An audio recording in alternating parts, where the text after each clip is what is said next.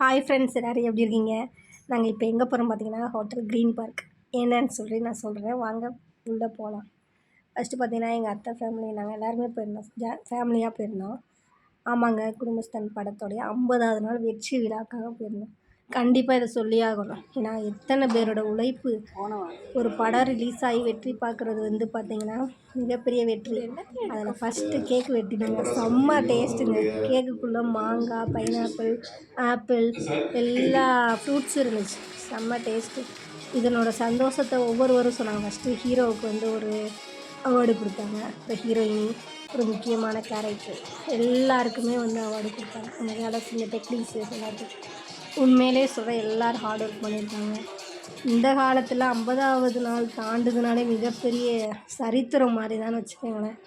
அப்படி தான் இருக்குது. ஏன்னா 90s 80ஸில் வந்து 100 நாள்ன்றது சர்வசாதாரணம். ஆனால் 2025ல் 50வது நாள்னால் மிகப்பெரிய சாதனை தான்.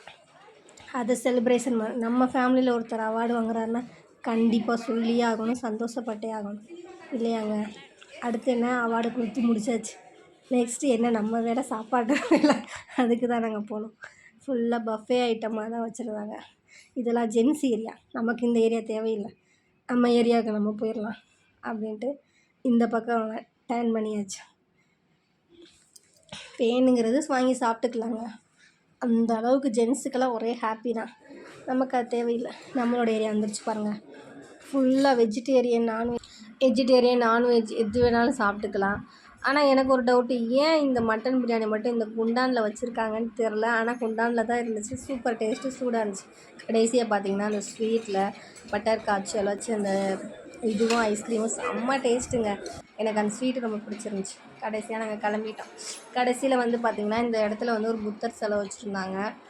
பார்க்கவே அமைதியாக இருந்துச்சு. நான் யார் கூட ஃபோட்டோ எடுத்துன்றதை ஷேர் பண்ணிக்கிறேன். இவங்க பார்த்திங்கன்னா இந்த படத்தோடைய அந்த ஹீரோவோடைய அக்கா கேரக்டர் நடிச்சிருந்தாங்க. இவங்களுமே நல்லா பேசியிருந்தாங்க. இவர் ஹீரோ எல்லாருக்குமே தெரியும்.